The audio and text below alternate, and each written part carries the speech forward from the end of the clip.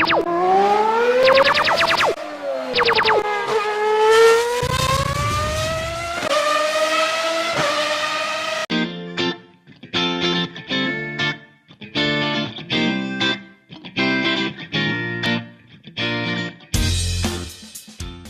the hell do you put silverware in a Bugatti?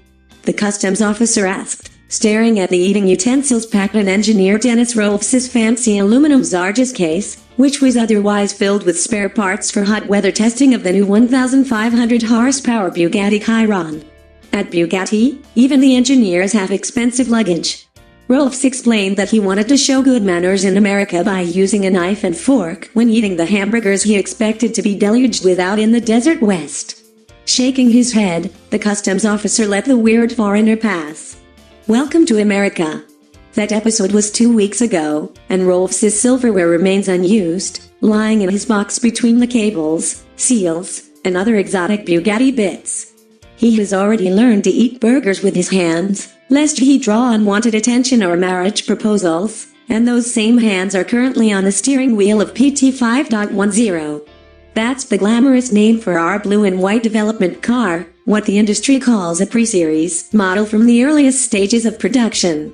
Together with 3 more Chiron development cars, PT 5.10 is cruising on 120-degree tarmac. The tires a toasty 149 degrees by the test equipment sensors. It is 10 a.m., and we are loafing along doing the double nickel. 55 miles per hour is not even 1/4 the car's top speed. The crankshaft of the huge 8.0-liter, 16-cylinder Gorgon and back turns lazily at 1500 RPM in 7th gear.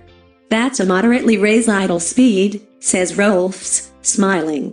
Out from Volkswagen headquarters in Wolfsburg, Germany, Rohlfs is responsible for a very specific widget on the W16, the ionization current misfire detection system that effectively turns each spark plug into a sensor.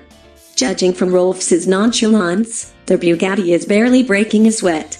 This despite the fact that it's being slow roasted on the pavement of Death Valley, where the famously lung-collapsing summer heat annually draws a few German tourists intent on proving their hardiness by jogging into the fiery teeth of the afternoon, only to be later found as dead as dried prunes. And why should any of the car's readings be abnormal?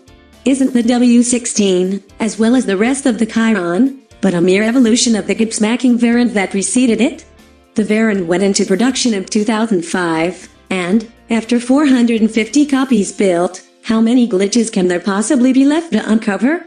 Well, it's not quite that simple, we found out after talking with Bugatti's head of engineering, Willy Nettuschel, and his team, also frying their carcasses out here in Death Valley for the glory of Molsheim.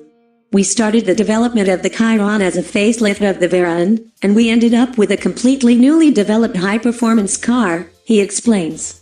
In particular, the goal of raising horsepower from 1200 in the late, great Veyron Super Sport to 1500 in the Chiron led engineers to make a few conceptual changes.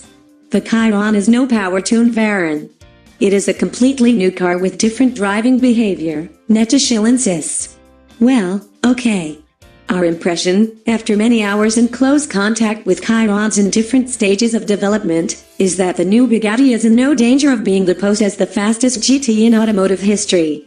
A breathtaking monster of a machine, it is nonetheless neither wild nor brutal, but amazingly easy to handle. A coupe offering high comfort, equipped with state-of-the-art safety features and excellent handcrafted details, it is a finely honed object of ultimate driveway jewelry, priced at 2.4 million euros, or whatever the spot exchange rate is in dollars, about $2.7 million at this writing.